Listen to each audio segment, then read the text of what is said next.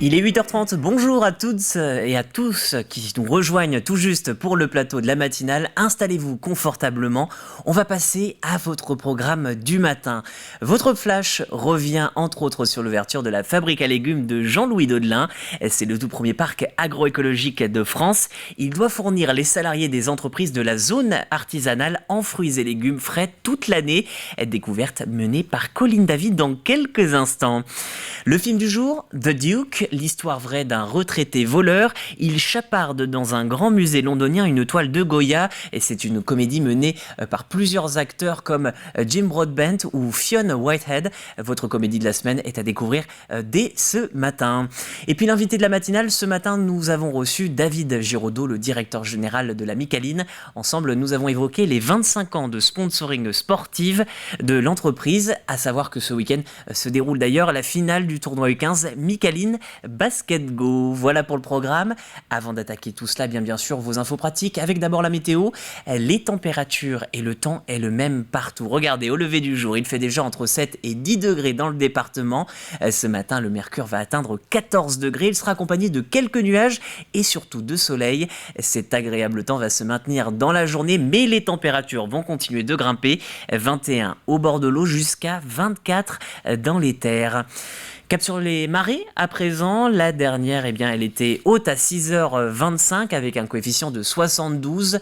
Le deuxième coefficient, c'est aussi un 72, mais je le rappelle, ça continue de descendre tout au long de la semaine, bien doucement, comme vous pouvez le voir.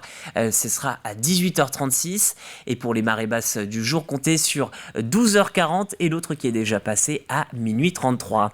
Voilà pour les marées, les étals à présent de la journée avec vos horaires des marchés. Vous pouvez le voir, il y en a beaucoup aujourd'hui, notamment sur l'est du territoire avec Saint-Martin-des-Tilleux.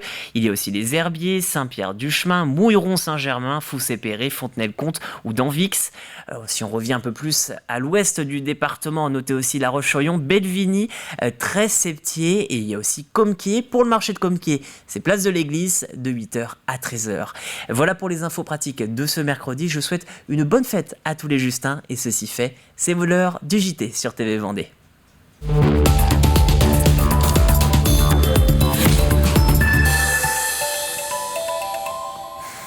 Et nous ouvrons ce flash à Dompierre-sur-Yon. Le tout premier parc agroécologique de France vient de sortir de terre. Un espace de 57 hectares destiné à nourrir les habitants et les salariés des entreprises de la zone artisanale. Pour cela, la fabrique à légumes de Jean-Louis Daudelin dispose de 3 serres, d'un vaste champ et bientôt de 500 mètres de haies fruitières. Colline David vous propose de découvrir ce lieu peu orthodoxe. Voici des fraises qui poussent au milieu des entrepôts. Le jardin d'affaires accueille son premier agriculteur en pleine zone d'activité. Nous avons décidé d'en consacrer 4 hectares à l'agriculture biologique, à la permaculture et au maraîchage. Et donc nous avons recruté un maraîcher qui est venu s'installer à son compte sur ces terres pour cultiver, distribuer des légumes, vendre des légumes à tous ceux qui travaillent dans cette zone. L'alliance de l'agriculture et de l'écologie dans une zone économique, une première en France et l'opportunité rêvée pour ce maraîcher en reconversion. Le fait de manger des produits sains, c'est très important. Et donc c'est ce que je veux faire, de produire des légumes frais. Donc c'est des recueillis le matin pour être vendus l'après-midi et puis dans le respect aussi des équilibres de la nature. Son projet complet a immédiatement retenu l'attention. On a eu plusieurs candidats. En fait, la difficulté, c'était la culture en elle-même. Il y a quand même un investissement très très fort de l'exploitant en manuel, beaucoup manuel, pas d'entrant, une gestion aussi de tout ce qui est produit sur site pour le remettre en culture, en fertilisant. Donc c'est assez contraignant. Les contraintes, cet agriculteur est prêt à les affronter, convaincu que ce nouveau système attirera des clients. Ça va être les habitants des alentours, de Dompierre en particulier, donc pour lesquels je vais ouvrir 2 après-midi par semaine. Et puis donc pour les salariés des entreprises environnantes, en fait, moi j'ai la conviction que les personnes qui sont en activité, ils n'ont pas le temps d'ajouter un autre lieu pour faire leurs courses.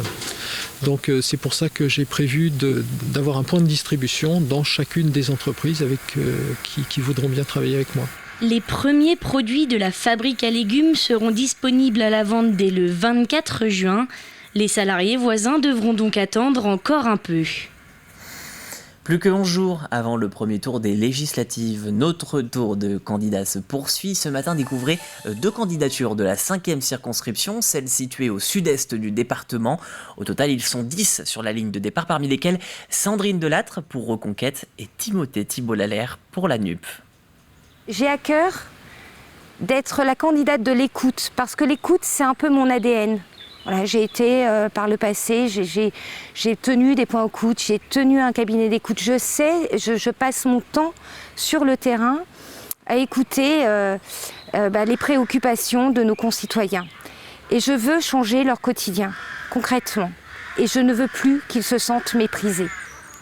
Qui que ce soit ne doit plus se sentir méprisé dans son quotidien. Alors, je suis candidate pour les élections parce que déjà je suis quelqu'un du pays, je vis à la Châtaigneraie et je suis aussi une travailleuse dans le tourisme. Je fais des contrats essentiellement l'été et l'hiver, malheureusement je vis du chômage. Et je souhaite aussi porter ma candidature au nom de la jeunesse parce que j'ai 27 ans. Et aussi porter aussi une voix féminine, bien sûr, en politique, qui est un peu trop rare, malheureusement, même aujourd'hui. Et dans cette 5e circonscription, le RN présente également une candidate, Isabelle Magnin. Nous vous proposons de découvrir Jean-Patrick Fillet, le responsable du Rassemblement national en Vendée. Il porte la voix des candidats du département et dans cet extrait, Jean-Patrick Fillet revient sur la question de l'éolien. 90 éoliennes de la taille de la tour Montparnasse, sur un endroit où c'est la pêche à la sardine et qui va priver donc les pêcheurs de Saint-Gilles et des pêcheurs de la côte d'accès à la sardine pendant les 5 prochaines années. Maintenant, je ne crois pas à tout ce qu'on me dit, qu'on pourra continuer à pêcher après, c'est pas vrai, parce que si vous parlez avec les pêcheurs, avoir un traîneau de pêche derrière le bateau, c'est pratiquement impossible de faire un gymkhana à l'intérieur du plan éolien. Donc ça veut dire qu'ils ne vont plus pouvoir pêcher la sardine. Alors les pêcheurs sont vraiment malmenés en ce moment en Vendée, puisqu'ils ont aussi perdu, vous savez, le quota. Et maintenant, ils ont 36% de quota en moins sur la pêche à la sole. Ce qui veut dire qu'avec l'augmentation du gasoil, ça ne vaut plus le coup d'aller pêcher pour les pêcheurs. Voilà 2 ans, le Parlement a adopté une loi pour créer un statut de citoyen sauveteur. L'objectif, former 80% de la population aux gestes qui sauvent avant la fin du dernier quinquennat. Malheureusement, ce chiffre n'a jamais été atteint. La faute au Covid et à la baisse drastique du nombre de formations. Aujourd'hui, ces cours reprennent comme dans les écoles. Exemple à Saint-Malo-du-Bois avec Alix Lados. Après avoir passé en revue les différentes situations d'urgence et les numéros d'appel, ces élèves de CM2 vont passer à la pratique avec les bénévoles de la protection civile. Monsieur, qu'est-ce qui vous arrive ? Je sais pas, là, je commence à avoir mal à la tête, les jambes qui suivent plus. Du petit malaise à l'arrêt cardiaque, les enfants vont apprendre à réagir en cas d'urgence. Elle est inconsciente, mais elle respire, ce qui fait qu'il faut que je la mette en position PLS. 2 par 2, les élèves s'entraînent à mettre une victime en position latérale de sécurité. Ils répètent les gestes pour bien les assimiler. L'objectif, ne pas paniquer si la situation devait se présenter. On ne veut pas en faire des secouristes en fait. Ce qu'on veut en faire, c'est des jeunes qui n'aient pas peur d'aller vers une victime, qui soient initiés aux gestes qui sauvent en quelque sorte, de manière à ce qu'ils sachent faire les bons gestes ou dire aux gens de faire les bons gestes. Et on leur apprend aussi surtout à donner l'alerte et à appeler au secours. C'est sécuriser la zone de manière à ce qu'il n'y ait pas de suraccident et puis appeler le 15 et puis savoir quoi dire au 15. Toujours les bras ils sont tendus et toute la force elle vient du dos. À l'origine de ce projet, la communauté de communes du pays de Mortagne. Pendant plusieurs semaines, ils ont testé l'organisation et la faisabilité de cette formation. On a lancé le projet, on a créé le petit livret, on a vu avec les écoles ce qu'il fallait faire, modifier ou autre. Et l'année prochaine, vers le mois d'octobre, on va le proposer à toutes les écoles. Donc à peu près 400 élèves et à peu près une vingtaine d'écoles. Voilà. Et là, c'est mieux tout de suite. Là, il faut être plus vite. Plus vite, plus vite. Si dans notre vie, on voit un accident se produire, on peut agir et pas rester devant à comment je fais et tout ça. Et c'est très bien que des gens viennent nous apprendre. On estime qu'environ 20 000 vies pourraient être sauvées si chaque Français était formé aux gestes de premier secours. Mais en France, seulement 27% de la population a suivi une formation. Et si vous souhaitez apprendre ces gestes de premier secours et valider votre PSC1, sachez que plusieurs organismes proposent des formations, la Croix-Rouge, la Protection civile ou encore l'UDSP 85 parmi d'autres. Dans un registre bien plus festif, le festival Réveillons-nous revient pour une deuxième édition.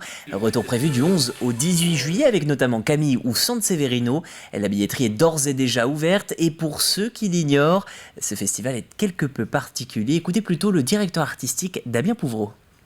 Le festival Réveillons-nous, c'est un concert à l'aube, un petit déjeuner ensuite qui est préparé par des producteurs locaux et une visite patrimoniale selon les lieux du concert. Donc là, on est quand même sur le territoire du Marais breton vendéen, le Pays de Mont, et on a une richesse extraordinaire des milieux naturels et on a aussi des sites patrimoniaux de qualité. Donc voilà, le spectateur qui vient d'assister au concert déjà va prendre un petit déjeuner et ensuite il pourra visiter par exemple le musée Mille Sandeau qui est un musée charmant, le Biotopia, Notre-Dame-de-Mont ou l'écomusée le Davio à la Barre de Mont. Enfin, un mot de sport avec cette cérémonie pour les championnats du lycée et CFA Édouard Branly de La Roche-sur-Yon. Plusieurs championnats UNSS ont été remportés par l'établissement et l'établissement tenait d'abord à féliciter les championnes de France UNSS de basket 3 contre 3. La compétition s'est déroulée le 12 mai dernier à Saint-Jean-de-Mont. L'occasion aussi de rendre hommage au titre de vice-champion de France de circuit training obtenu par 4 lycéens. Il s'agit des basketteuses de l'établissement. C'est une équipe de 3 contre 3. 3 contre 3. Les jeunes ont eu une compétition qui a duré 2 jours. Donc elles ont affronté d'autres équipes de l'ensemble de la France. En phase de poule, elles ont gagné tous leurs matchs. Elles ont perdu un match, elles ont accédé à la finale. L'autre récompense que l'on donne ce soir, il s'agit du circuit training. C'est comme du crossfit, en fait, c'est un petit peu plus connu. Donc, c'est un ensemble d'exercices de musculation à enchaîner avec un certain nombre de points marqués. Voilà pour votre journal d'info locale. On va se retrouver bien sûr dans quelques instants pour la suite de votre matinale.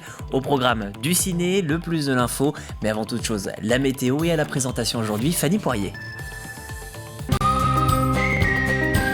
C'est l'heure de la météo avec le chemin de fer de la Vendée, un voyage extraordinaire au rythme d'antan.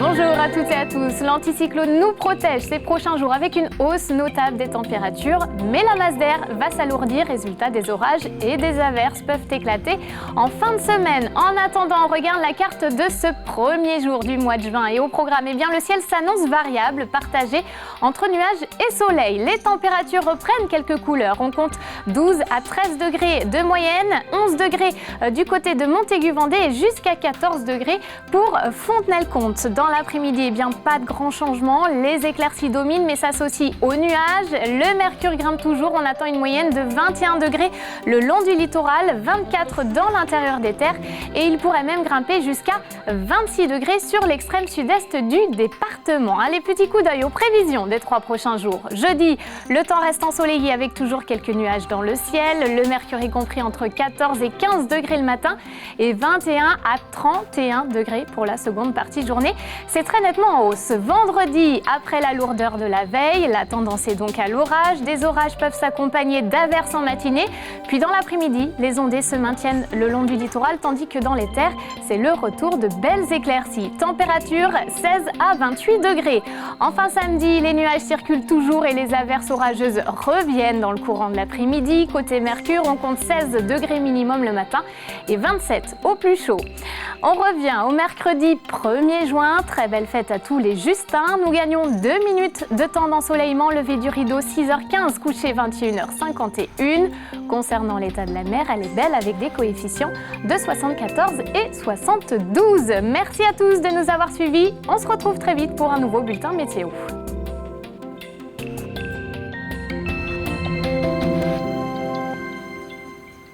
Et vous le voyez sur notre réveil, 8h45 en plateau, la matinale se poursuit avec les foulées du Gois. Pour les amateurs d'athlétisme et d'embrun, la course contre la montre revient le 19 juin prochain. Pour en savoir plus, je vous propose de regarder notre plus de l'info.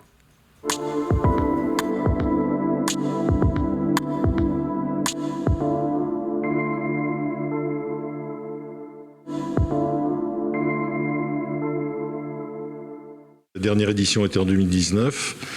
Et 2020, forcément, en raison de la pandémie, on a été obligé d'annuler. Et en 2021, on n'avait pas du tout de visibilité, puisqu'on doit entamer les premières démarches, on va dire, dès octobre. Et là, on était vraiment dans l'inconnu, donc on a annulé également l'édition 2021. Donc cette année, 34e édition. Toute l'équipe est sur le pont et est très heureux de retrouver les Foulées du Gois. Il y aura 3 nouveautés. Tout d'abord, une course à marée descendante, limitée à 30 athlètes, 15 hommes, 15 femmes, issus des courses populaires 2019, donc de la 2e à la 16e place. Donc ces athlètes-là sont invités sur la course à marée descendante. Donc les athlètes partiront côté Beauvoir avec de l'eau sur le passage du Gois, iront faire leur demi-tour à Barbate et reviendront sur le sec. Donc c'est un effort assez nouveau. Il va falloir gérer la course, parce que courir dans l'eau et courir quasiment sur le sec au retour, ça va être compliqué comme effort. Il va falloir durer. Comme tous les ans, depuis peut-être une dizaine d'années, on a une course ce qu'on appelle sport adapté, donc où il y aura des joëlettes, où il y aura le club handisport de Challans qui sera là aussi avec des athlètes en situation de handicap, malvoyants. Voilà, et donc cette course part 5 minutes avant la course femme. Donc tout ce petit monde se retrouve après sur le passage du Gois. Ça permet d'encourager les athlètes en situation de handicap et de passer tous ensemble vraiment un bon moment d'effort. Ça permet aux athlètes vendéens de se faire connaître. Donc on a beaucoup d'athlètes du bocage. Donc on peut féliciter toutes les associations d'athlétisme qui nous envoient des magnifiques athlètes. Et puis on a aussi la présence d'athlètes européens et internationaux qui viennent concourir pour cette épreuve à la fois assez violente en termes sportifs, puisque c'est une course contre la montre et contre la mer. Donc il faut avoir aussi beaucoup d'agilité. C'est une compétition qui ravit tous les spectateurs. Puis c'est une fête populaire parce qu'il y a aussi la course des enfants, la course des amateurs. Bref, c'est une vraie grande manifestation sportive comme on les aime en Vendée. Au programme, cette course donc, 3 pour les enfants et les courses pour les adultes de 8 km. La course des As, 4000 mètres pour les concurrents validés par l'organisation. Si vous êtes intéressé, rendez-vous sur notre site internet pour redécouvrir ce plus de l'info et sur celui des Foulées du Gois pour vous inscrire.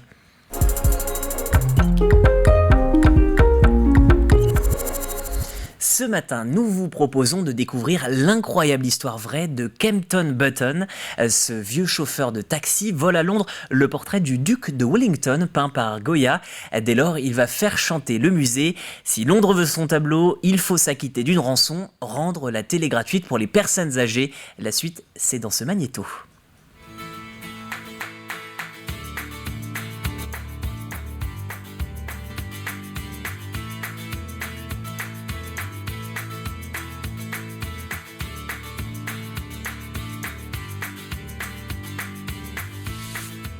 Accusé, levez-vous, s'il vous plaît.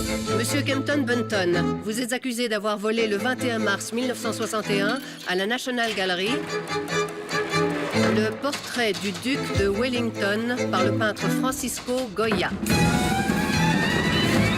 Il n'est pas très réussi, ce portrait. Nous sommes convaincus que le tableau de Goya a été volé par une puissante organisation internationale. On a un problème. C'est quoi? Ta mère. Je vais t'expliquer. Et à combien s'élève la somme qu'il demande? 140 000 livres. Mais pourquoi faire? La charité. Grand Dieu. Je vis avec un cinglé. Tu crois que Robin des Bois prenait un pourcentage? T'es qu'un idiot. C'est nous, les contribuables, qui avons payé ce portrait. Offrir des milliers aux veuves de guerre et aux pauvres retraités. C'est le plus grand bien de l'humanité. L'humanité? Pense plutôt au tien. T'aurais dû m'en parler. On aurait géré ça ensemble. Vous êtes marié jeune? J'ai été forcé de me marier. Forcé de vous marier? C'était l'amour. Ce n'est pas du tout un voleur. Il a emprunté votre Goya pour essayer de faire un peu de bien dans ce monde.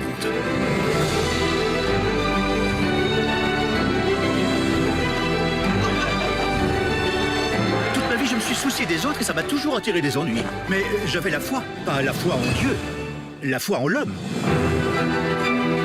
Qu'est-ce que vous plaidez? Non coupable. Ouais! Plaider non coupable n'est pas le verdict. Des séances sont proposées au Grand Luxe des Herbiers. La prochaine diffusion en version originale, c'est à 18h10 le 5 juin prochain. Et vous pourrez retrouver, si vous l'avez bien aperçu sur la bande-annonce, Jim Broadbent, Helen Mirren et Fionn Whitehead dans ce long métrage signé Roger Michell.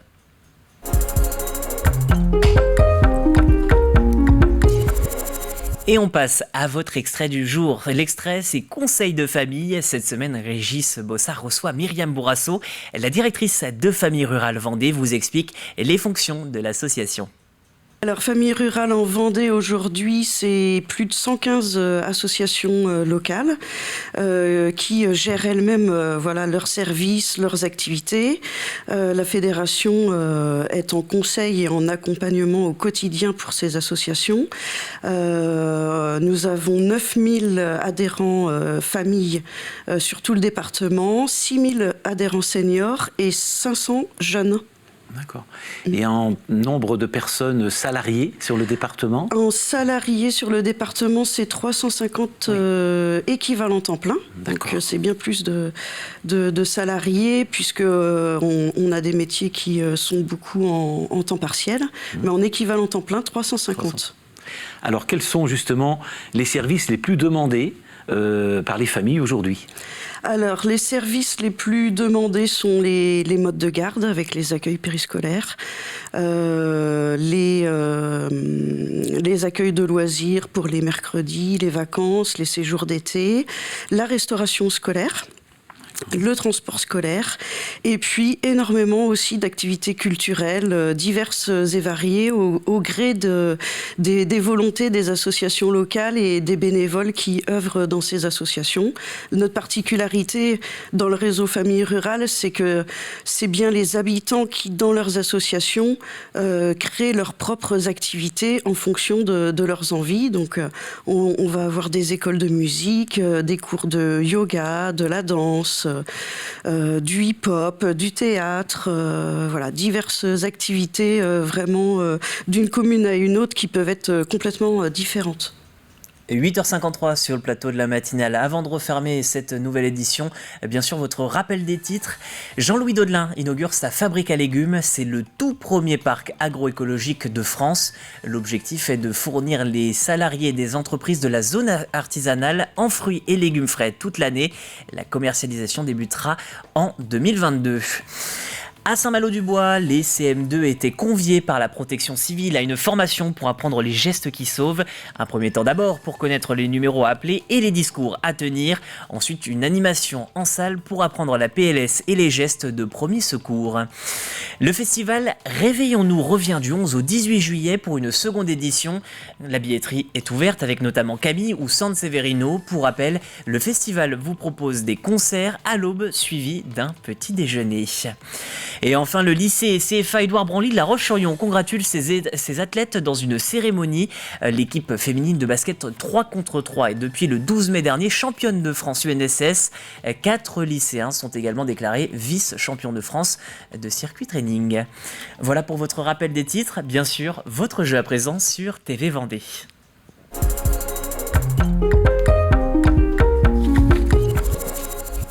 Alors, je reprends la question du jour. Dans quel pays la culture du bonsaï est devenue un art traditionnel avant de s'exporter? Bien sûr, vous l'avez compris, lorsque je l'ai dit, c'est la question de la semaine. L'indice du jour, en revanche, le voici. Le plus vieux bonsaï connu serait daté de 500 ans. Il est visible dans un musée de ce pays. Si vous avez la bonne réponse, vous vous rendez sur tvvendée.fr, vous cherchez la rubrique jouer, vous indiquez vos coordonnées, la bonne réponse, et peut-être, je dis bien peut-être, peut-être vous serez recontacté à l'issue du tirage au sort. Cette semaine, le tirage au sort, eh bien, ce sont pour 2 gagnants qui repartiront chacun avec 2 places pour le centre minier de Fémoreau, pour le musée de Fémoreau. Ce sont des billets valables jusqu'au 6 novembre et la visite comprend le parcours du mineur avec la mine reconstituée, l'exposition permanente sur la grande aventure humaine et industrielle, et vous pourrez bien sûr aussi découvrir l'exposition temporaire Mine et une brique Lego. Voilà pour ce jeu. Je vous remercie aussi de nous avoir suivis sur le plateau de la matinale. Et oui, c'est déjà la fin de votre rendez-vous, mais pas d'inquiétude, on reviendra bien sûr dès demain à 7h. Vous retrouverez Caroline Tronche demain matin et vendredi, et nous on aura le plaisir de se retrouver plus tard dans l'année. D'ici là, je vous souhaite une très belle journée, portez-vous bien, et votre prochain point sur l'actu en direct, c'est à 9h ou à 12h30 avec Diane Delangle. Belle journée sur TV Vendée.